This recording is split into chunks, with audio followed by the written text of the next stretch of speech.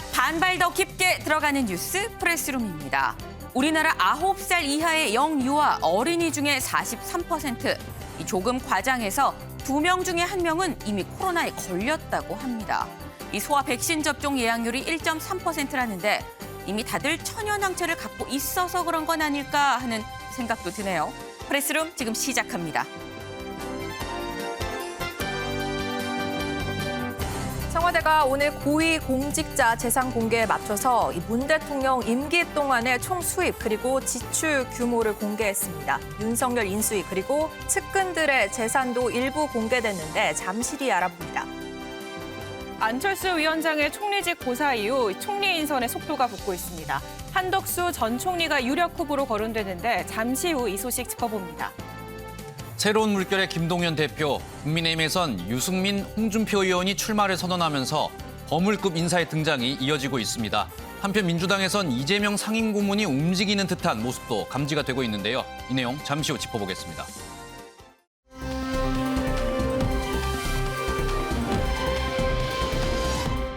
날씨부터 알아보겠습니다. 네, 3월의 마지막 날인 오늘 하늘 표정이 잔뜩 흐립니다. 현재 전국 대부분 지역에 내리고 있던 비는 잦아들었지만 동해안을 따라서는 아직까지 이어지는 곳이 있겠고요. 또 오늘 늦은 오후부터는 곳곳에 다시 비구름이 지나겠습니다. 예상되는 비의 양은 영동과 경상 서부에 최고 10mm, 기온이 낮은 강원 산지로는 1에서 3cm의 눈이 쌓이겠고요. 그 밖의 지역으로는 빗방울이 떨어지거나 5mm 안팎의 비가 지나겠습니다. 이 비는 오늘 밤에 대부분 그치겠지만 비구름 뒤로 찬 공기가 밀려들겠습니다. 오늘 출근길은 평년을 웃돌면서 꽤 온화했는데요. 내일 서울은 4도로 출발하면서 평년과 비슷해지겠습니다. 내일 아침 춘천, 영도, 강릉은 3도로 강원 지역은 오늘보다 10도 정도 떨어지는 곳도 있겠고요. 대전과 전주 4도, 울산은 6도로 출발하겠습니다. 한낮 기온은 오늘과 비슷하겠습니다. 서울 14도, 대전과 전주는 15도까지 오르겠습니다. 주말까지는 비교적 쌀쌀하겠고요. 다음 주부터는 더욱 포근해지겠습니다. 특히 내일과 모레 새벽부터 아침 사이에는 내륙을 중심으로 서리가 내리고 얼음이 어는 곳도 있겠습니다. 농작물 냉해 피해 없도록 주의하셔야겠습니다. 지금까지 청계천 광장에서 날씨 전해드렸습니다.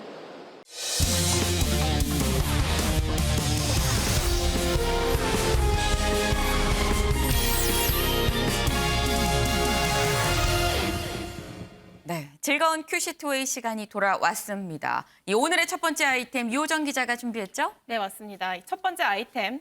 안철수 빠지자 총리 인선 가속도입니다. 이 안철수 위원장이 총리직을 맡지 않겠다라면서 스스로 총리직 고사 입장을 밝혔는데요. 네. 이 안 위원장의 고사로 변수가 사라지면서 이 총리 인선에 속도가 붙고 있습니다. 우선 이 새 정부 총리 인선 작업에 속도가 붙으면서 한덕수 전 총리가 거론이 되고 있는데요. 인수위 얘기부터 들어보겠습니다. 사실 총리 후보가 어떤 분일지에 대해서는 저희가 이 자리에서 말씀드릴 수 있을지는 모르겠습니다. 확인을 해드리기는 어려울 것 같고요. 대내 위기 속에서 이 내각을 안정적으로 이끌 수 있고 또 대통령의 국정 운영을 잘 뒷받침하면서 부처 간의 유기적 협력을 이끌어내실 분을 찾고 있지 않을까 저는 생각을 합니다. 그리고 지난번 말씀드린 것처럼 4월 초 그리고 너무 기다리시지 않게 저희가 인선 발표를 할 수 있도록 노력하겠습니다. 그동안에는 보통 대통령 당선인이 총리 후보자를 발표하거나 내정하는 것이 비교적 많은 관례였던 것으로는 알고 있습니다. 네, 김 대변인 후보군이 압축됐다. 4월 초에 발표할 수 있도록 노력하겠다. 이런 얘기를 했는데요. 일단 조금 전에 얘기한 것처럼 한덕수 전 총리가 유력 후보로 거론이 되고 있습니다. 한 전 총리는 전북 전주 출신이고요. 네. 노무현 정부에서 경제부총리 그리고 국무총리를 지냈고 또 이명박 정부 때 주미대사를 맡아서 FTA 추진에 기여한 바 있습니다. 이 진보 보수 정권을 가리지 않고 중용됐고 또 윤 당선인 측이 강조하고 있는 두 축, 경제와 외교안보 분야의 전문성이 인정됐고 또 2007년에 이미 노무현 정부 말에 이 국회 인사청문회를 무사히 통과한 점 이런 점들을 고려했을 때 좀 유력 후보자로 꼽히고 있는 상황인데요. 이 같이 총리 후보군으로 분류되고 있는 박주선 취임준비위원장은 어떤 평가를 했는지 직접 들어보시죠.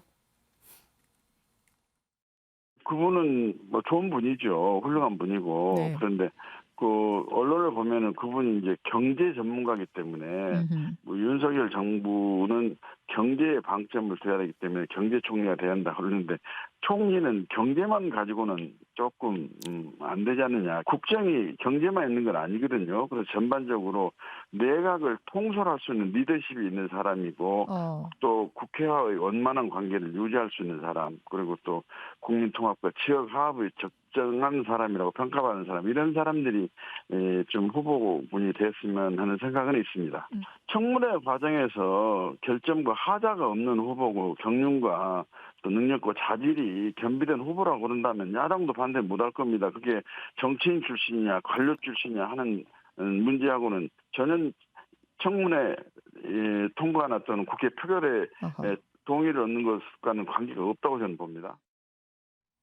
네, 뭐 여러 얘기가 나오지만 마지막으로 윤당선인의 최종 결정이 남았다라는 네. 얘기가 나오는데요. 이르면 이번 주말 중으로 윤당선인이 직접 발표할 것으로 보입니다. 네, 이 정말 이 조만간 총리가 누굴지 이 확정이 될 것 같습니다. 은영미 위원님. 네. 지금 보면 한덕수 전 총리가 좀 가장 유력하다라고 지금 얘기가 흘러나오고 있습니다. 이 한덕수 전 총리 어떻게 보세요? 이 여소야대에서 사실 청문회 통과하는 것도 이른 일이거든요. 네, 그렇죠. 일단은 세 가지 장점이 있어요. 네.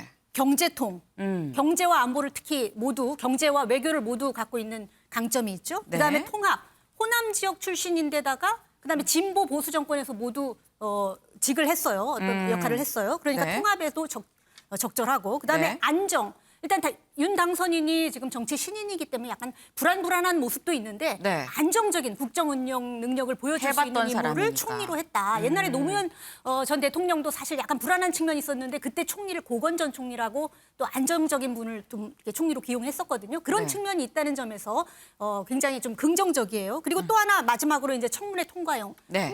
진보 진영 즉 노무현 전 정부에서 경제부총리를 지냈고 또 총리까지 했단 말이에요. 네. 그다음에 MB 정권에서는 주미대사를 했고 그러니까 이제 아무래도 이제 청문회를 한 몇 번은 거쳤을 거 아니에요. 그러다 보면은 뭐 그 이후에 또 무슨 도덕적으로 문제가 될 일이 없다면 인사청문회는 무난할 거다 이런 점들은 다 장점인데 그래서 괜찮아요. 사실 괜찮은데 가장 아쉬운 게 시대 변화를 좀 시대 변화에 맞는 시대 교체를 이룰 수 있는 그런 총리였으면 좋겠다라는 그런 열망들이 많거든요. 사실은 그 이준석 대표가 당 대표를 됐을 때에도 시대 네. 교체, 세대 교체, 뭐 정치 교체 이런 열망을 반영한 건데 그때 당 대표 뽑을 때만 해도 그런 열망들이 있었는데 지금 다시 이제 윤 당선인이 정권을 잡고 다시 이제 국정을 운영하려고 보니까 다시 한 10년, 20년 전으로 다시 되돌아가는 그런 역행하는 듯한 모습을 보이거든요. 물론 한덕수 총리가 물론 이제 이제 그 직을 내려놓은 다음에도 나름 시대 변화를 읽으려고 개인적으로 여러 안목을 키우고 그랬을 수는 있습니다만 네. 그래도 이제 그게 육체적으로 이런 것도 중요하거든요. 사실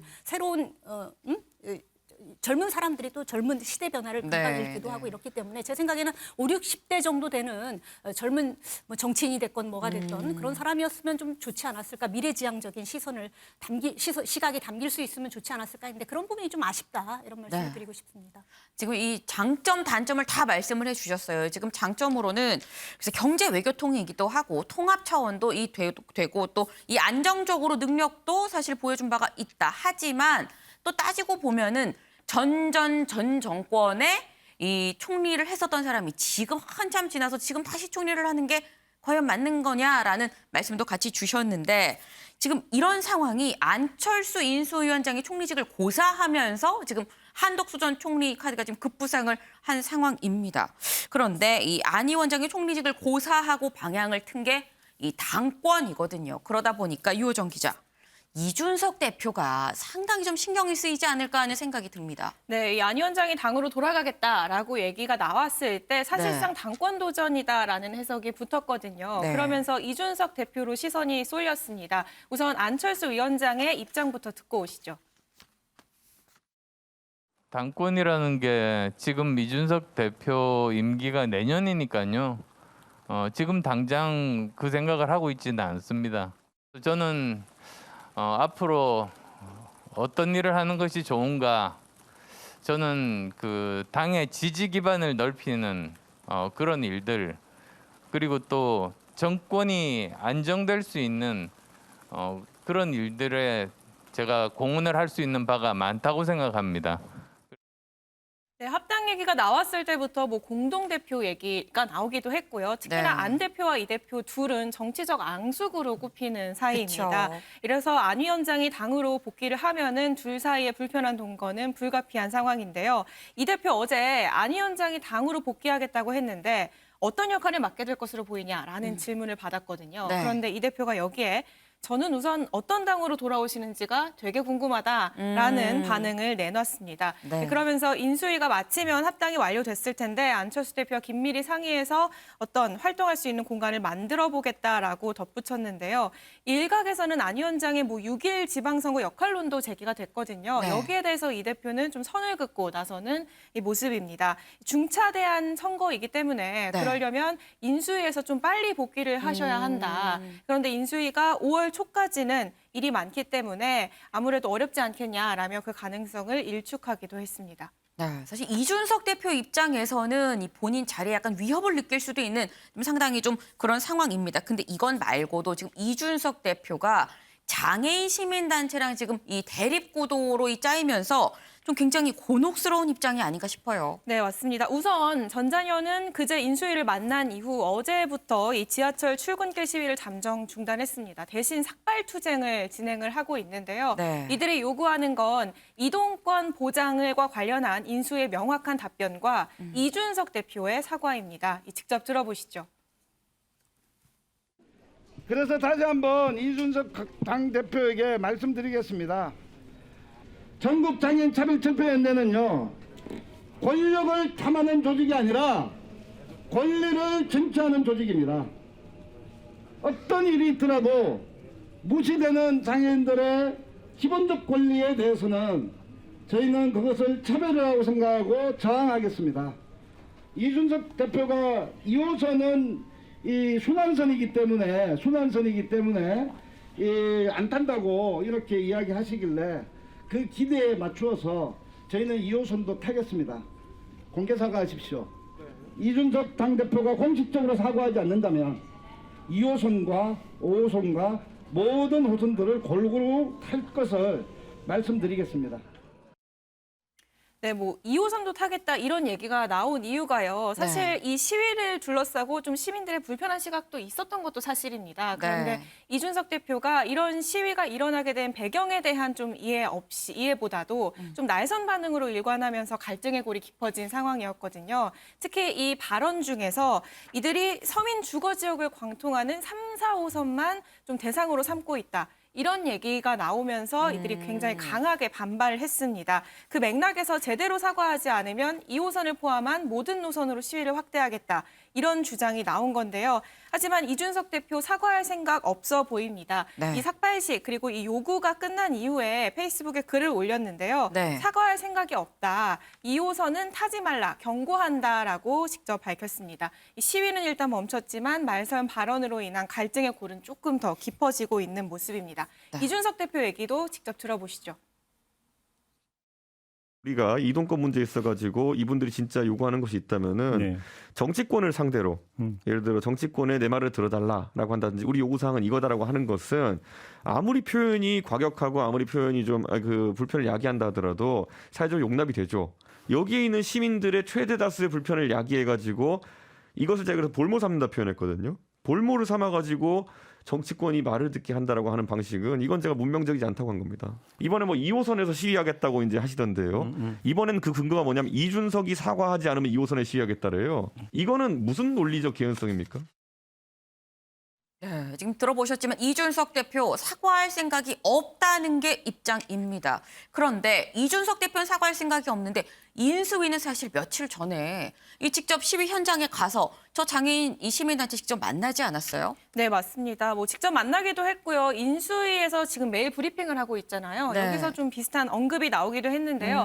이 전장현을 향한 이준석 대표의 이 날선 발언을 윤당선인이 어떻게 생각하느냐라는 질문을 받았습니다. 여기에 네. 김은혜 대변인은 이 장애인 이동권 20년 넘게 간절히 그분들이 바라온 것이다. 이 이동권을 지켜드리고 이 공약을 잘 이행하는 게 우리의 과제이자 의무이고 그 마음에 변함없다. 라는 원론적인 입장을 좀 밝혔는데요. 이동권은 보장돼야 된다라는 원론적인 답변이었지만 사실 질문이 이 대표의 발언 윤 당선이 어떻게 생각하십니까? 였거든요. 네. 그런데다가 이 당내에서도 이준석 대표 발언을 두고 좀 우려의 목소리, 비판의 목소리가 나오던 상황이었던 만큼 네. 이 대표가 일으킨 논란을 좀 인수위에서 수습하고 있는 모양새다라는 해석이 언론에 붙었었는데 여기에 이 대표 인수위와 자신은 한 뜻이라는 점을 강조하면서 언론의 타겟을 돌렸습니다.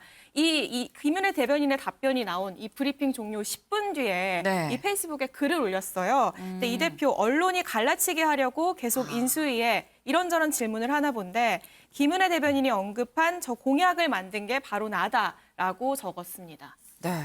이종훈 의원님. 네. 지금 이준석 대표는 내 생각이랑 인수위 생각이 다르지 않다라고 얘기를 하고 있습니다. 그런데 어쨌거나 지금 현재 상황은 이준석 대표랑 지금 장애인 단체랑 지금 대립각이 거의 약간 끝간대까지 가고 있는 그런 상황이에요. 지금 이런 상황 지방선거 앞둔 당에서도 그리고 신승했거든요. 이윤 당선인 입장에서도 윤 당선인 입장에서 굉장히 좀 부담스럽지 않을까요? 매우 부담스러운 그런 상황으로 지금 전개가 되고 있는 것 같아요. 사실은 이분들 시위 안 그래도 그만둘 생각이었습니다. 네. 이미 예고를 했어요. 왜냐하면 뭐 어찌됐건 뭐 좋은 의미로 이제 시위를 하는 것이긴 한데 네. 그럼에도 불구하고 시민들에게 아무래도 좀 불편을 계속 이제 야기하다 보니 그 여론도 조금 이제 부담이 됐던 거죠. 이 단체 입장에서도. 네. 그래서 안 그래도 시위를 이제 종료할 생각을 지금 하고 있었는데 거기에 갑자기 이준석 대표가 끼어들면서 이분들이 화가 났고 그러면서 지금 지금 대립 전선이 좀 더 격화되고 있는 이런 양상으로 지금 전개가 되고 있는 겁니다. 그래서 이분들 원래 시위 안 하려고 했는데 이제 시위를 더 연장해서 하지 않으면 안 되는 상황으로까지 가버렸고 워낙 이분들이 공격 대상으로 생각한 것은 정부였어요. 그러니까 정부가 빨리 이거 왜 안 해주느냐. 그리고 포함해서 이제 더 이야기를 한다면 여당 정도. 그래서 어떻게 보면 문재인 정부하고 이 단체 간의 갈등 구조였던 것인데 이걸 갑자기 국민의힘으로 이준석 대표가 끌어들인 격이 돼버린 거예요. 네. 네, 이거 정치적으로 굉장히 좀 잘못된 선택인 거죠. 자, 뭐 그런 걸 떠나서라도 일단은 그동안에 내놓은 발언 기조를 봐도 그렇고 제가 보기에는 지금 시점에서는 사과를 해야 한다. 그리고 뭐 제가 보기에는 이준석 대표가 인수위의 의지도 지금 잘못 해석하고 있는 것 같아요. 만약에 윤 당선인과 뜻이 같다면 네. 인수위가 움직이는 거 보면 딱 답이 나오지 않습니까? 뭐 정치 하루 이틀 한 것도 아니고. 자, 그러면 본인이 알아서 발언의 수위를 조금 이제 낮추고 뭐 사과까지는 아니더라도 그런 네. 정도를 할 필요가 있는데 계속 지금 고집을 피우고 있는 그런 건데 이건 결국은 자기 정치하는 거로밖에 볼 수 없다. 그런데 그 자기 정치라고 하는 것도 제가 보기에는 이번에는 거의 자해성 자기 정치다. 이렇게 저는 굉장히 생각을 세게 해요. 말씀을 하시네요. 예, 이건 거의 그렇죠. 그러니까 지금 사실은 대한민국 국민 누구도 장애로부터 자유롭기가 어려운 그런 환경 아닙니까? 그렇죠. 그러니까 후천적 장애인도 뭐 교통사고 등을 통해서 계속 지금 많이 발생하고 있고 네. 이준석 대표도 어떻게 될지 몰라요. 막말로. 자, 그런 것까지 생각한다면 막말 같은 이런 예. 제가 좀 이 부분은 강하게 얘기를 안 할 수가 없어요. 네. 그러니까 사회적 약자들에 대해서 저런 인식을 갖고 있는 건 굉장히 위험한 발상이고 저건 당에 절대적으로 해악이 되는 그런 거기 때문에 좀 입장을 바꿔야 한다. 저는 그렇게 생각합니다. 네, 지금 굉장히 세게 말씀을 해주셨습니다. 지금 이 사과를 해야 되는 상황이다. 이 최소한 톤 다운이라도 좀 해야 된다라는 말씀을 지금 주셨는데 은영미 위원님. 네. 이준석 대표가 지금 보니까 뭐 당 안팎으로도 지금 계속 약간 도전을 받는 그런 입장이에요. 근데 6월 지방선거가 사실 굉장히 중요하지 않을까라는 생각을 하는 게 이준석 대표인데 선거에서 지면은 통상 당 대표를 비롯한 당 지도부가 다 물러나지 않습니까? 네. 근데 뭐 벌써 물러난다는 얘기부터 기정사실화하면 안 될 것 같고요. 네. 일단 지방선거는 이준석 대표의 책임하에 치러집니다. 예를 들면 이제 대선은 당무 우선권이라는 게 윤석열 당선인한테 있었거든요. 후보한테. 네. 근데 사실 이준석 대표가 상임 선대위원장을 했지만 막판에 좀 갈등 과정에서 선대위직을 내려놓기도 했고 전적으로 책임은 윤석열 당선인한테 있었는데 일단은 이제 선거에서 승리하고 이제 남은 게 지방선거인데 이 지방선거는 윤석열 당선인하고는 또 한 발 떨어져 있어요. 네. 오롯이 원톱 책임자로 이준석 대표입니다. 그런데 벌써부터 이렇게 일단 통합을 해야 되고 그래서 더 중도층을 끌어들여야 되는데 지금 윤 당선인 지지도가 국정운영 전망 지지도가 52에서 55 왔다 갔다 하다가 지금 한 46% 정도까지 내려왔잖아요. 그렇다면 네. 중도층이 지금 빠져나간 거예요. 누가 잘못했던 간에. 그렇다면 이걸 지방선거를 제대로 치르려면 광역자치단체로만 하면 17개 중에서 11개에서 이제 국민의힘에서 우세를 보였거든요. 나머지는 또 6개는 대선에서. 민주당 쪽에 더 우세를 보였어요. 네. 그런데 지금 원래 그 대선 때의 지지도보다 지금 더 내려갔으니 그거 지키는 것도 지방선거에서 사실 쉽지 않잖아요. 그런데 이렇게 약자 또는 소수자 끌어안고 편가르기보다는 통합을 해야지 지방선거에서 다시 이들을 흡수할 텐데 네. 지금 이러고 있으니 좀 답답한 상황이죠. 그래서 이제 일단은 물론 이제 변수가 남아 있습니다. 이제 5월 10일 날 새 정부가 출범을 하는데 이 과정에서 정부조직법 개정안이라든가 뭐 총리를 비롯한 내각 인사 이 과정에서 이제 여야 관계가 어떻게 설정되느냐에 따라서 민주당이 또 잘못하면 발목 잡기 프레임으로 걸려서 또 국민들의 지지가 다시 국민의힘 쪽으로 올 수도 있고 또 어떻게 될지는 전개될지는 모르겠습니다만 한두 달 사이에 네. 어쨌든 이준석 대표가 이런 국정 운영을 뒷받침하는 것 플러스 지방선거를 제대로 하려면 통합적인 지도자의 모습을 보여줘야 되는데 네. 이런 부분이 몹시 아쉽다는 거고 그런 측면에서 5월 10일 날 이제 새 정부가 출범하면 안철수 인수위원장이 이준석 대표를 도와서 공동 선대위원장으로 좀 중도로 외연 확장하는데 일정 부분 역할을 할 수도 있다 이런 전망도 나오고 있는 것 같습니다. 네, 지금 이 6일 지방선거를 앞두고 이 당대표 자리에 대해서도 좀 얘기를 해봤는데 사실 이 당대표 자리만 얘기할 게 아니라 지금 원내대표, 당장 이 국민의힘에서는 원내대표, 김기현 원내대표가 조기 사퇴하면서 이 조기에 이 원내대표가 교체될 예정입니다. 그래서 이목이 쏠리는 게 유호정 기자, 윤핵관들, 이 윤당선인의 핵심 측근들이 과연 어떻게 어느 자리로 갈 것이냐 여기에 좀 이목이 쏠려요. 네, 맞습니다. 윤핵관으로 분류되면서 인수위에 참여하지 않았던 이 네. 권성동 의원이 다음 달 이 원내대표 출마 가능성에 힘이 실리고 있습니다. 사실 원내대표 후보군으로 함께 거론이 됐던 게 권영세 인수위 부위원장인데 네. 이 사실상 조기 사퇴로 이 선거가 빠르게 당겨지면서 사실상 불가능해졌고 권영세 위원장도 이 불출마를 선언하면서 네. 이 권성동 의원에 대한 출마 가능성이 훨씬 더 높아진 상황이고요. 또 당선인 비서실장을 맡고 있는 장제원 의원은 당선인이 취임하면 여의도로 돌아갈 것이다라는 입장을 거듭 밝히고 있습니다. 네. 장제원 비서실장을 향해서는 대통령 비서실장까지 가지 않겠느냐라는 관측이 나왔었는데 이 장 의원 스스로가 새 정부에 참여하기보다는 국회로 복귀하겠다라는 뜻을 거듭 밝히고 있는데요. 일각에서는 당선인의 의중이 여기에 반영이 됐을까 하는 의심의 목소리도 있습니다. 또 청와대 집무실 이전 TF팀장을 맡은 윤한홍 의원 네. 역시 얘기가 나오고 있는데요. 뭐 행정안전부 장관 후보 중 한 명으로 거론이 되고 있습니다. 네, 지금 이 유호정 기자가 얘기를 했습니다만 이 윤핵관 인사들이 과연 이 어느 자리에서 어떤 역할을 하게 될지도 좀 이 주시해서 봐야 될 부분이 아닌가 하는 생각을 좀 해봅니다.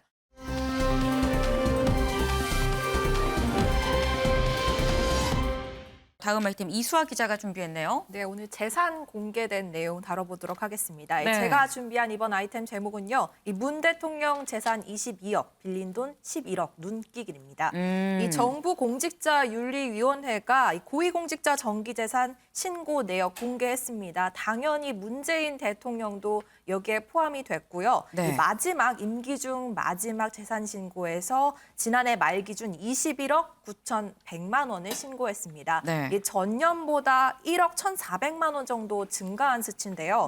또 청와대가 눈길을 끈 게 재산 공개 시점에 맞춰서 지난 5년간 이 재임 기간 문 대통령의 총수입과 지출 규모도 공개를 했습니다. 이 소득은 세전 19억 8천만 원으로요. 이 대통령 5년치 연봉보다 조금 많은 수치인데 네. 이 나머지 소득은 직책급과 3억 원 상당의 책 인세를 더한 금액으로 알려졌고요. 이 중 13억 4천만 원 정도를 생활비로 사용했다라고 밝혔습니다. 그렇다면 생활비로 연평균 2억 6,900만 원 정도를 쓴 거고요. 네. 한 달에 2,200만 원 정도씩 쓴 셈입니다. 한 달 생활비가 2,200만 원이었었군요. 그런데 저는 보니까 부채가 있어요. 한 달 생활비 2,200만 원인데 돈이 모자랐을까요? 네.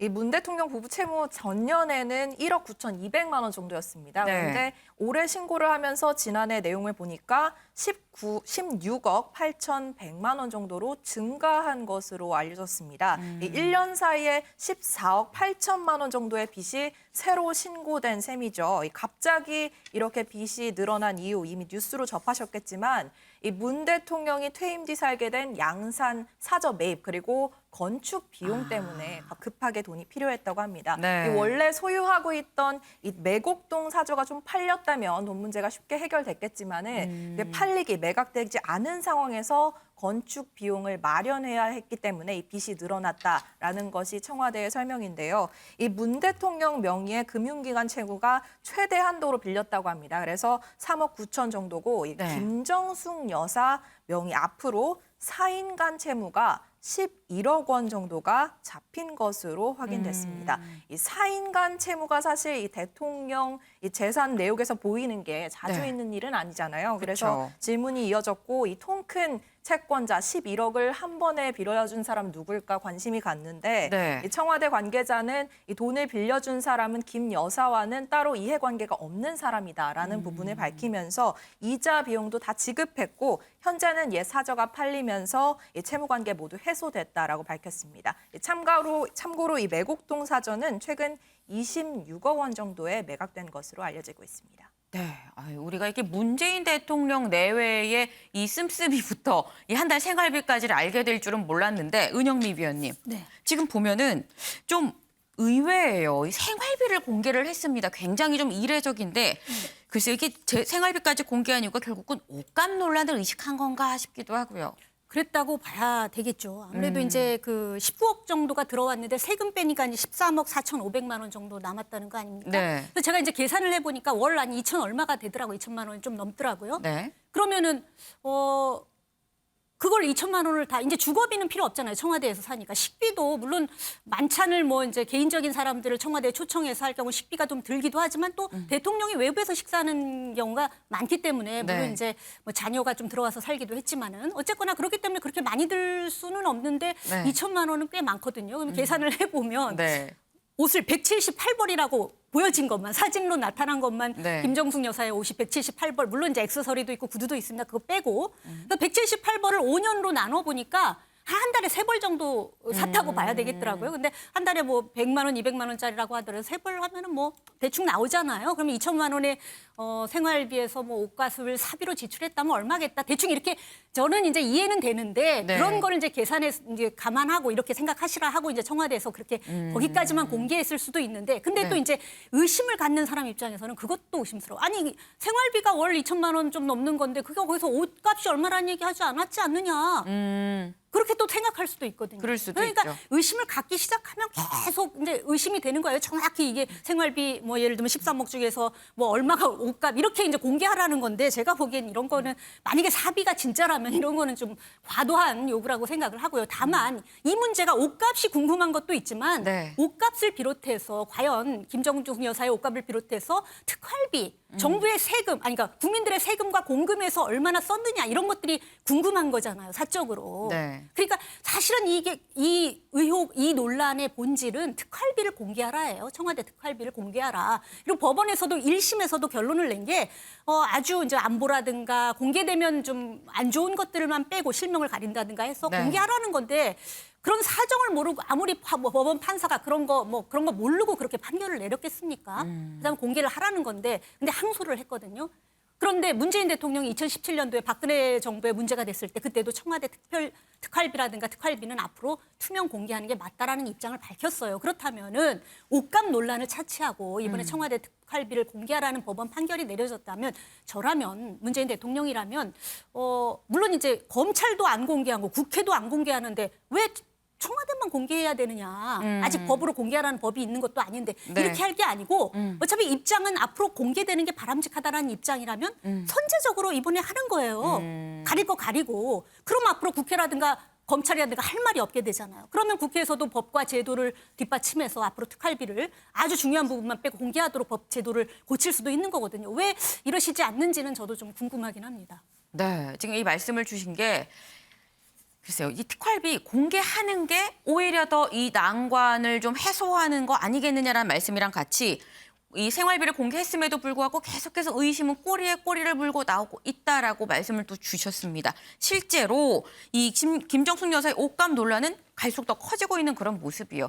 이 뭐 명품 C사 거 아니냐라는 의혹을 받았던 이 표범 모양 브로치. 이 브로치가 이 만든 제작자가 직접 나섰더라고요, 이수아 기자. 네, 이 제작자가 한 언론사와 인터뷰를 진행했는데요. 지금 네. A씨라고 그냥 부르겠습니다. 이 언론사와의 인터뷰에서 논란이 된 브로치는 민화를 모티브로 해서 만들어진 제작된 것이고 가짜 C사 제품이라는 보도는 사실이 아니라고 말했습니다. 김 여사가 그 브로치를 착용하게 된 배경에 대해서도 좀 설명을 했는데요. 평소 자기 자신과 좀 알고 지내던 의류 디자이너가 이 호랑이 문양이 들어간 자켓을 제작하고 그걸 파리 패션쇼에 좀 내보이기로 했다라는 네. 얘기를 듣게 됐다고 합니다. 그래서 자신도 준비하고 있던 액세서리 브랜드가 있었는데 여기서 호랑이를 테마로 한 이 액세서리 브로치를 준비하고 있었고 뭐 3개의 한 세트로 50만 원 정도에 팔려고 준비를 하고 있었다. 그렇다 보니 호랑이 같은 모티브로 만들어진 의류와 액세서리다 보니 같이 하면 예쁘겠다, 잘 어울리겠다는 생각에서 이거를 그 의상 디자이너, 자켓 디자이너에게 2개 정도를 선물했다고 합니다. 결국 해당 의상을 김 여사가 입게 되면서 그중 2개 선물한 브로치 중 하나가 김 여사 쪽으로 전달이 된 것으로 보인다라는 게 이 제작자 설명입니다. 이 A씨는 계속해서 이 보도, C사 가짜 브로치다라는 보도를 낸 기자를 찾아가고 전화를 하면서 설명을 했는데 네. 그럼에도 보도가 이어졌다라면서 억울함을 호소하기도 했습니다. 알고 보니까 저 브로치가 표범이 아니었네요. 지금 호랑이였었던 것으로 확인이 됐습니다. 그런데 그래서 전 얘기 듣다 보니까 이런 부분이 좀 이 눈에 걸리는데 이 3개에 한 50만 원 세트다라고 얘기를 아까 했잖아요. 네. 그럼 개당 한 10만 원이 넘는다는 얘기인 건데 이 김영란법엔 안 걸려요? 네, 저희가 또 반발 더 들어가는 뉴스다 보니 네. 내용을 취재를 해봤습니다. 이 A씨 제작자의 말에 따르면은 5만 원을 넘는 선물이겠죠. 그렇게 볼 그쵸. 수도 있을 것 같은데요. 네. 애초 A씨가 설명했던 그 준비하고 있다는 주얼리 브랜드 매장이 네. 아예 오픈되지 못했다고 합니다. 아. 그렇다 보니 가격을 공식적인 가격이 책정되지 않아서 사실상 엄연히 말하면 5만 원 이상이다라고 말할 수가 없는 상황이고요. 네. 그리고 게다가 A씨가 설명드렸지만은 직접 김정숙 여사에게 이 브로치를 선물한 것이 아닙니다. 이 의상 디자이너에게 선물을 했고 이 의상 디자이너가 김 여사에게 또 의상과 함께 따로 전달을 한 것인데요. 네네. 이 김영란법도 성립이 되려면은 1회 100만 원 이하의 금품을 선물했을 경우에는 이 두 사람 사이의 직무 관련성이 좀 인정이 돼야 됩니다. 네. 이렇게 한 사람을 건너서 준 선물이기 때문에 이 직무 관련성 부분을 입증하는 것도 쉽지 않고 좀 애매한 부분이 있습니다. 네, 이수아 기자 반발도 깊게 잘 들어갔습니다. 그런데 이제 브로치 관련 의혹은 좀 해소가 된 것 같아요. 근데 옷값 관련해서 또 새로운 의혹이 나왔더라고요. 네, 김 여사가 청와대에 들어간 뒤에 한복 6벌 그리고 구두 여러 벌을 좀 구매를 했는데 네. 이 구입을 하면서 이 금액을 전액 현금으로 결제했다는 보도가 나왔습니다. 김 여사가 영부인이 된 직후에 수행원들과 이 가게에 찾아와서 한복을 맞췄는데 700만 원 정도 금액이 나왔고 네. 이 결제를 전액 5만 원권 현찰로 했다. 그리고 맞춤 구두를 맞출 때도 모두 네. 결제를 현금으로 구입했다는 겁니다. 여기에 대해서 청와대는 사비를 현금으로 쓴 것뿐이고 그리고 세금 계산서까지 발행하도록 지시한 것으로 안다면서 문제될 부분은 전혀 없다라고 반박했습니다. 그렇군요. 그러니까 왜 전부 현금으로 지불을 했느냐, 이 거래 내역을 숨기려고 하는 거 아니냐라는 뭐 이런 의혹인 것 같아요. 근데 이렇게 자꾸 의혹이 꼬리에 꼬리를 무니까 청와대가 어제에 이어서 오늘 또 입장을 내놨어요. 네, 옷감 논란에 대해서 직접 유감을 표명했습니다. 네. 현 정부가 역대 정부 중에 특수활동비, 특활비를 가장 적게 썼는데 왜 이런 문제가 자꾸 제기되냐, 문제가 없다는 점을 강조하는 모습이었습니다. 박수현 국민소통수석 얘기로 듣고 오시죠. 감사원의 특수활동비 결산 검사는 문재인 정부에서 최초로 도입하여 시행하고 있습니다. 문재인 정부는 청와대 특수활동비 집행과 관련하여 감사원으로부터 단 한 건의 지적도 받은 바가 없습니다. 청와대가 특수활동비의 세부 내역을 공개하지 않는 것은 정부의 공통된 방침에 따른 것입니다. 그동안 특수활동비 규모를 축소하고 투명성과 책임성을 높이기 위해 노력을 해왔습니다만 앞으로도 제도 개선이 더 필요하다는 점에 공감합니다. 임기 말 청와대의 특수활동비뿐만 아니라 김정숙 여사의 옷값과 액세서리까지 거론되는 무분별한 의혹 제기에 다시 한번 유감을 표합니다. 네, 이 박수석의 유감 내용은 문 대통령도 공감하는 문 대통령의 뜻이기도 한 것으로 알려졌는데요. 네. 청와대 관계자에 따르면 문 대통령이 오늘 박수석의 브리핑 내용을 사전에 보고받았다라고 밝혔습니다. 네. 지금 청와대가 연이어서 이렇게 한 사안에 대해서 계속해서 입장을 밝히는 게 굉장히 좀 이례적이긴 합니다. 이종훈 위원님. 지금 보면은 이 청와대가 좀 부글부글한 것 같긴 해요. 그런데 이게 추가 입장을 발표한다고 해서 논란이 과연 또 사그라들까 하는 생각이 들기도 하는데 어떻게 보세요? 네, 계속 아마 이거 논란이 될 것 같습니다. 그러니까 지금 해명한 부분 관련해서도 여전히 네. 추가로 제기할 만한 그 의혹거리들이 좀 이제 눈에 띄거든요. 자, 우선 이 박수현 수석 그 말은 결과적으로 네. 사법부가 최근에 이 특활비 공개하라고 판결 내린 거 잘못했다 이렇게 이야기하는 거예요. 결국. 네. 그죠? 그럼 사법부 재판관들께서는 그러면 뭐 아무 근거도 없이 이렇게 판결을 내렸다는 얘기냐 대체. 그리고 왜 그때는 사비로 썼다라는 얘기를 안 했느냐 하는 거예요. 그때 초기에 사비로 사용했습니다라고 해명을 했으면 되잖아요. 그죠? 그런데 이제 와서 갑자기 사비 얘기를 하니까 납득이 안 간다. 그리고 이 특수활동비 같은 경우에는 많이 쓰셔도 돼요. 국민들이 그거 갖고 뭐라 안 합니다. 다만 투명하게 사용하라는 거 아니겠습니까? 박근혜 전 대통령 때도 그게 논란이 됐던 게 좀 불투명하게 사용됐던 그 부분인 네. 거고 그래서 문재인 대통령도 그 당시에 이거 내가 대통령 되면 다 공개하겠다라고 이야기를 했던 거고 네. 자, 그 공개가 감사원의 자료로 공개하는 거를 의미하는 건가요? 국민에게 공개하겠다라고 이야기를 하신 거예요. 그때 네. 이미 약속을 하셨으면 지키시는 게 맞는 거죠. 그런 거고 또 특활비 다 지금 공개하라고 이 법원이 판결 내린 것도 아닙니다. 특히 논란이 되고 있는 의전비. 그러니까 김 여사의 뭐 의상비라든가 뭐 구두값이라든가 뭐 액세서리 이런 그 비용 관련한 부분은 지출한 게 있으면 그거를 공개를 하라는 거예요. 그러면 예를 들어 하나도 그 의전비에서 구입한 게 없다 그러면 공개하면 되잖아요, 그냥. 하나도 없습니다. 없음. 이렇게 나올 거 아닙니까? 예를 들어서 뭐 언론에 공개하기가 힘들고 일반 국민에게 공개하기가 힘들다면 저는 뭐 그게 왜 힘든지는 모르겠으나 그렇다라고 한다면 재판부에라도 보여줄 수 있는 거잖아요. 이런 거다. 이렇게. 그죠? 대중한테는 아니더라도. 그렇죠. 그렇게 해서 재판부가 납득할 수 있으면 당연히 이거 뭐 무죄 이렇게 판결 날 거 아니에요? 자, 이제 그런 부분이 지금 이제 있기 때문에 역시 이제 논란인 거고 이제 이번에 해명한 거 관련해서도 그렇잖아요. 2천만 원, 월 2천만 원 이제 생활비로 쓰는데 그 중에 의상비를 몇백 또는 뭐 한 1,000만 원 이상 썼다? 과연 그런 가구가 대한민국에 몇 가구나 될까? 그러니까 이게 국민 상식하고도 안 맞는 거죠. 우리가 알기로는 문재인 대통령은 굉장히 검소하게 생활을 해오셨고 또 청와대 들어가셔도 그동안의 청와대 브리핑 내용을 보면 매우 검소하게 생활하신 걸로 아는데 그건 그거하고 상당히 좀 다른 생활을 하셨다는 얘기인가? 이 부분도 국민들이 의아해하는 부분인 거예요. 그러면 이게 법적으로 해명 여부의 문제가 아니고 네. 법적으로 잘했다 잘못했다의 문제가 아니고 정치적으로 좀 판단을 내려보시라 하는 겁니다. 그리고 이미 어떻게 보면 박근혜 전 대통령 때 한번 이 부분 관련해서 얼마나 그때 공세를 거칠게 했어요. 민주당 쪽에서 문재인 대통령 포함해서. 그죠? 그때 뭐 박근혜 전 대통령 의상실까지 탈탈 털었던 거 아닙니까?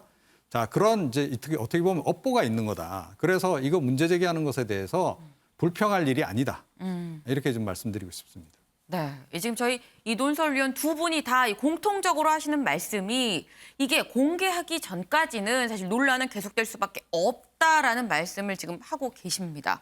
지금 문 대통령 사실 퇴임이 이제 한 달여 정도밖에 남지 않았는데 지금 이 김정숙 여사의 옷값 논란으로 갑자기 청와대가 이 논란의 중심에 선 그런 상황인데 이런 가운데 문재인 대통령이 어제 이 퇴임 이후의 삶에 대해서 직접 언급을 했어요. 네, 어제 조계사를 찾았죠. 그리고 현직 대통령으로서는 최초로 좀 종정 추대 법회에 참석해서 눈길을 끌었는데요. 이 법회에 앞서서 이뤄진 성파 스님과의 면담에서 한 발언이 알려지고 있습니다. 이 내용을 보시면요. 이 남은 기간 동안 최선을 다하고 자연으로 돌아가서 잊혀진 삶 그리고 자유로운 삶을 살겠다라고 말했고요. 이제 퇴임하게 되면 통도사 옆으로 가게 되니 가까운 이웃이 되는데 자주 찾아뵙고 가르침을 청하겠다라면서 임기 마지막을 준비하는 모습이었습니다. 네, 사실 문재인 대통령이 퇴임 이후의 삶에 대해서 앞서서 한 얘기가 있습니다. 이 문재인 대통령 지난 신년 기자회견 때 뭐라고 얘기했는지 같이 들어보고 오시죠. 저는 이렇게 대통령 이후는 생각하지 않습니다. 그냥 대통령으로 끝나고 싶습니다. 예를 들면 대통령 이후에 무슨 전직 대통령 기념사위라든지 무슨 현실 정치하고 계속 무슨 연관을 가진다든지 그런 걸 일치하고 싶지 않습니다. 일단 대통령 하는 동안 전력을 다하고 대통령 끝나고 나면 그냥 잊혀진 사람으로 그렇게 돌아가고 싶고요. 솔직히 이 구체적인 생각을 별로 안 해봤습니다. 뭐 대통령 끝나고 난 이후에 좋지 않은 모습 이런 것은 아마 없을 것입니다. 네, 잊힌 사람으로 살고 싶다라는 얘기를 했었었는데 은영미 위원님, 네. 우리나라에서 다른 나라는 잘 모르겠는데 특히 우리나라에서는 대통령들이 퇴임 후에 잊힌 사람으로 살기가 참 쉽지 않지 않나라는 생각을 좀 해봅니다. 네. 아니 근데 박근혜 전 대통령이 얼마 전에 대구, 정치적 고향인 대구에 내려가서 지역 사회에 힘을 보태겠다 이렇게 얘기를 하셨어요. 일단 사면이 된 뒤에. 근데 문 대통령이 지역 사회에 힘을 보태겠다도 아니고 잊힌 사람으로 돌아가고 싶다. 이 말이 저는 좀 가슴에 와닿는 게, 그러니까 아예 그냥 정말 조용히 살고 싶다라는 거잖아요. 어떻게 보면. 노무현 전 대통령의 그 어떤 비극, 그걸 생각했을 수도 있었을 거예요. 정말 이제 조용히 정치하고는 선을 긋고 완전히 자연인으로 돌아가겠다 이런 생각일 것 같은데 우리나라 역대 전 대통령들이 대부분 비극적으로 퇴임 후에 비극적인 생활을 했죠. 아예 비극적인 결말을 가진 경우도 많고 예를 들면 이승만 전 대통령 같은 경우는 쫓겨났죠. 박정희 전 대통령 부하한테 암살당했죠. 뭐 전두환, 노태우 전 대통령은 재판 거쳐서 감옥에 갔다가 사면되긴 했지만 그 이후에 불명예스러운 삶을 살았죠. 거기다가 MB 대통령은 지금 아직도 수감돼 있고 박근혜 전 대통령은 사면돼서 나오긴 했지만 고초를 겪었잖아요. DJ나 김영삼 대통령은 그렇지는 않았지만 자식 문제 등으로 퇴임 후에 순탄치 않았죠. 고초를 많이 겪었죠. 그러고 보면 우리나라 역대 대통령들은 그냥 퇴임 후에 진짜 순탄한 삶 자체가 어려웠던 거예요. 그러니까 오죽했으면 잊혀진 삶을 살고 싶다 이런 얘기를 했겠습니까마는 저는 그래서 요즘 민주당 지도부나 광역단체장 후보로 나오는 사람들이 입버릇처럼 달고 다니는 말이 뭔지 아십니까? 뭔데요? 문 대통령과 이재명 전 후보를 지켜드리겠습니다예요. 이게 잘못이 있는데 지켜드리겠다 이런 말은 적절치 않죠. 국민들 입장에서 잘못이 있으면 당연히 나중에라도 사법의 단죄를 맞아야죠. 그런데 문제는 우리가 꼭 그렇게만 문제가 있어서 그런 비극적인 결말을 받았다기보다는 정치 보복의 악순환 때문에 그런 측면도 많이 있었거든요. 그렇다고 보면은 윤 당선인이 얼마 전 정치 보복 관련 발언을 했다가 내 사전에는 정치 보복은 없다. 다만 전 정권이든 현 정권이든 시스템상으로 수사를 할 뿐이다. 그 점은 또 강조를 했거든요. 그러다 보니까 지금 벌써부터 지금 당선인인데 아직 새 정부 출범하기 전부터 검찰이 먼저 바람이 불기 전에 눕는다고 예를 들면 옛날에 그 환경부 블랙리스트 사건처럼 3년 2개월 동안 묵혀뒀던 산업자원부 블랙리스트 사건을 지금 압수수색하면서 수사를 막 하고 있어요.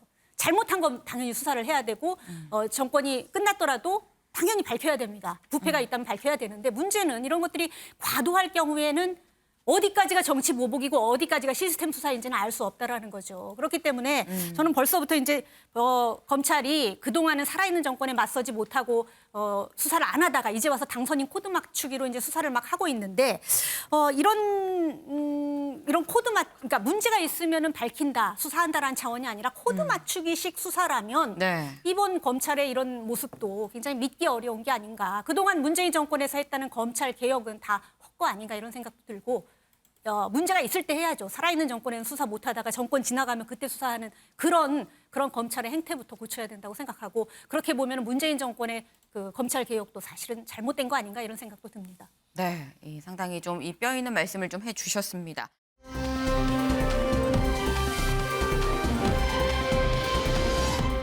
경배팀 김현 기자가 준비했죠? 네, 그렇습니다.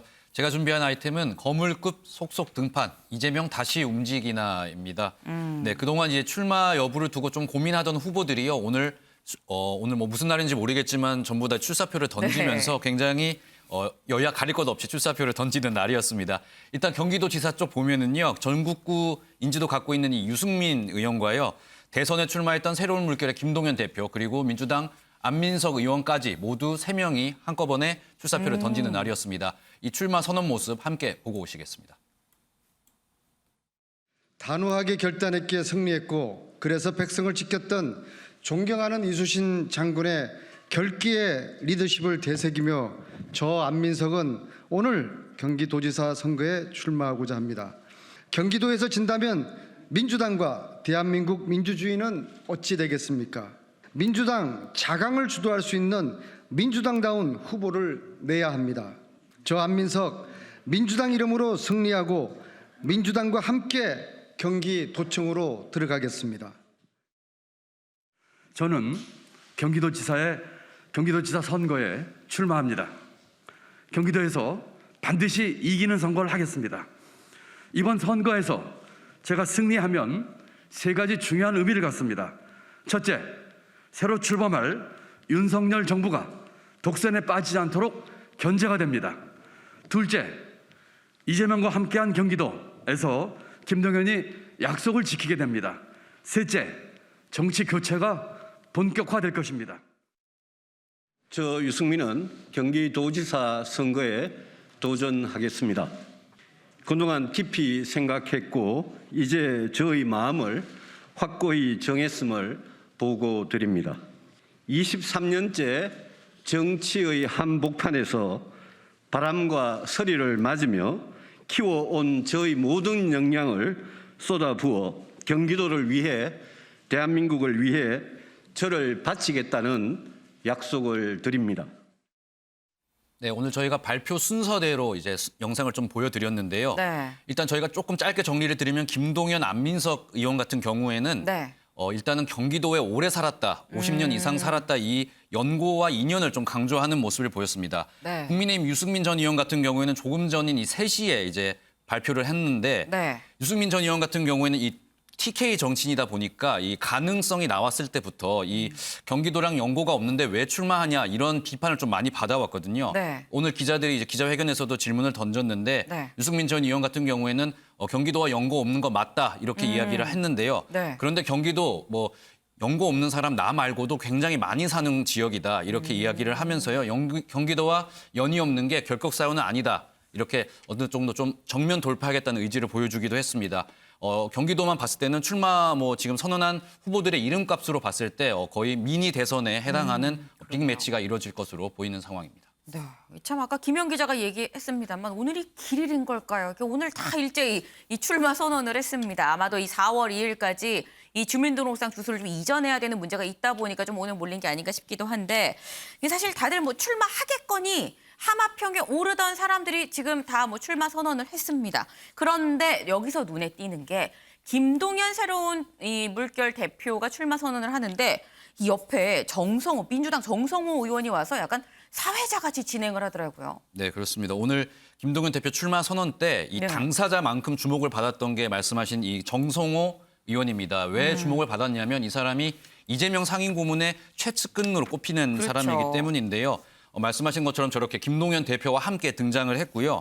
대표를 소개하기도 하고 또 함께 기자들과 질문을 주고받는 모습도 보이면서 굉장히 눈길을 끌기도 했습니다. 정성호 의원의 모습도 영상으로 확인해 보시겠습니다.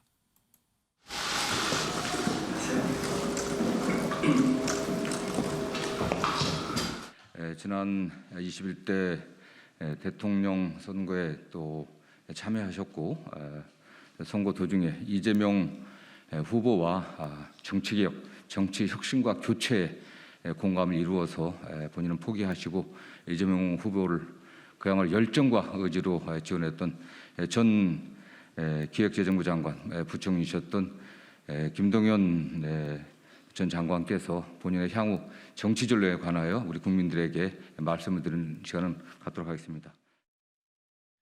네, 저렇게 이재명의 최측근 정성호 의원이 김동연 대표 출마 선언장에 등장을 하면서 일각에서는 이재명 고문이 사실상 마음속으로는 김동연 대표를 이 경기도지사 후보로 좀 밀고 있는 거 아니냐 이런 분석이 이어졌습니다. 그런데 그 이후에 이어진 안민석 의원 기자회견이 있었거든요.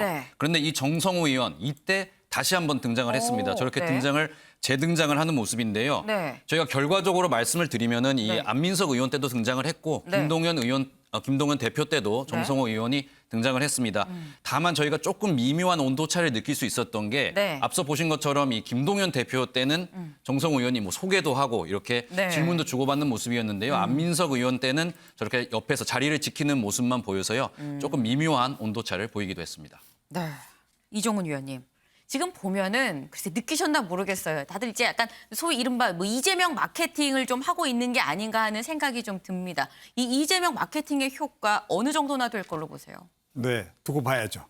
그거는 그야말로 두고 봐야 되는데 제가 보기에는 지금 민주당 아마 이번에 출마하시는 대부분의 이제 광역 지자체장들 또 기초 지자체장들 아마 이재명 마케팅을 굉장히 세게 하지 않을까 이렇게 생각이 돼요.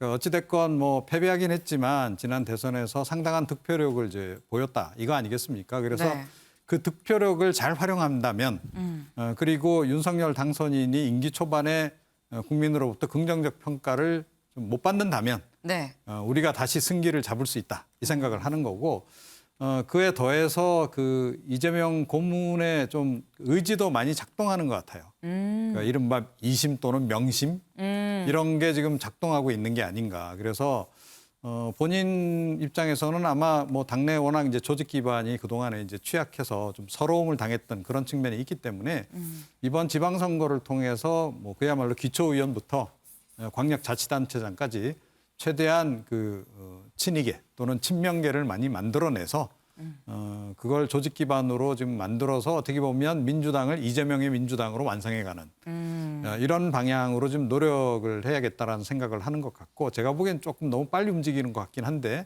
어찌됐건 당 내에서 지금 요구가 있다 보니 거기에 편승해서 지금 상당히 제가 보기에는 겉으로 표는 안 나지만 공격적으로 지금 후보자들에게 지금 영향을 미치고 있는 게 아닌가 이렇게 생각을 합니다. 네, 이 지금 말씀은 이재명 고문의 의지도 좀 섞여 있지만 어쨌거나 이번 6일 지방선거에서 전국적으로 좀 이재명 마케팅이 좀 번질 것 같다라는 말씀을 주셨는데 사실 이재명 마케팅이 굉장히 세게 벌어지고 있는 곳이 경기지사 말고 또 한 자리가 또 있죠.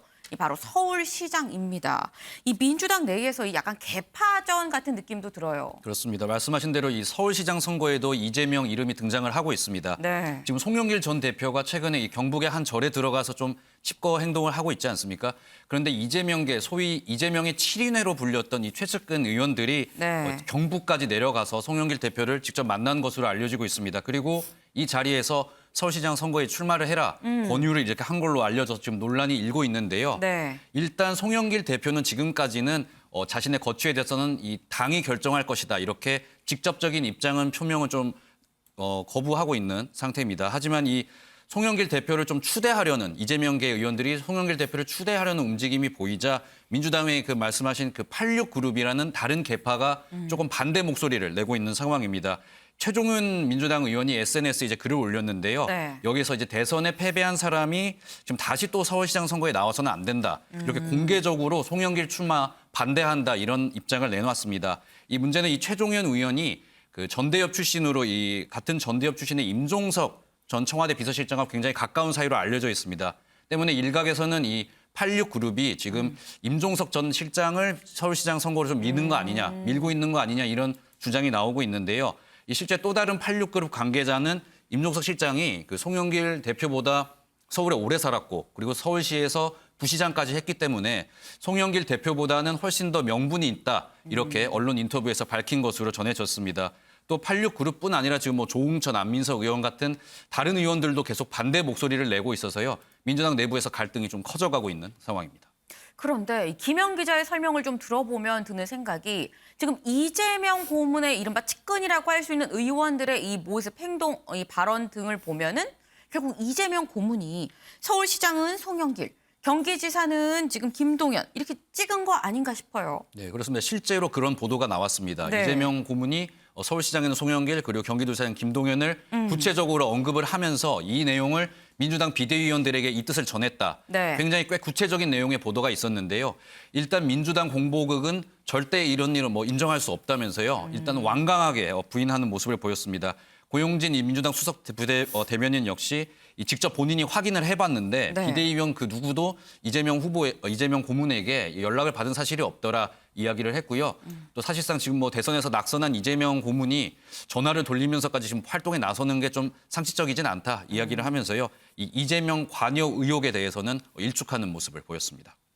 글쎄요. 근데 이 상임 고문이 뭐 자기가 어떤 후보를 뭐 밀 수도 있는 거 아닌가라는 생각이 들기도 하는데 이걸 당 차원에서 나서서 사실이 아니다라고 얘기하는 것도 약간 좀 아이러니 아닌가 하는 생각이 들긴 하는데 사실 이런 상황에선 이재명 고문이 직접 좀 입을 열어야 되는 거 아닙니까? 네, 이재명 고문 사실 그래야 뭐 그런 의견도 있었지만은 네. 지금 뭐 정확한 답을 내놓고 있지는 않습니다. 다만 새로운 활동에 하나 지금 나선 모습은 보이고 있는데요. 지금 지지자들과 직접 소통할 수 있는 이 커뮤니티 사이트를 하나 준비 중인 것으로 전해졌습니다. 이재명 고문이 대선 끝나기 직전에 이 선대위에게 내가 직접 운영할 수 있는 좀 커뮤니티를 하나 만들어 달라 이렇게 마지막 지시를 건넨 것으로 전해졌고요. 이 커뮤니티 사이트 지금 뭐 여러 가지 이름이 오르내리고 있는데 지금 뭐 고려되는 이름으로는 매화 꽃필 무렵, 뭐 반딧불숲 이런 이름들을 놓고 이제 이재명 고문이 고심을 하고 있는 것으로 전해졌습니다.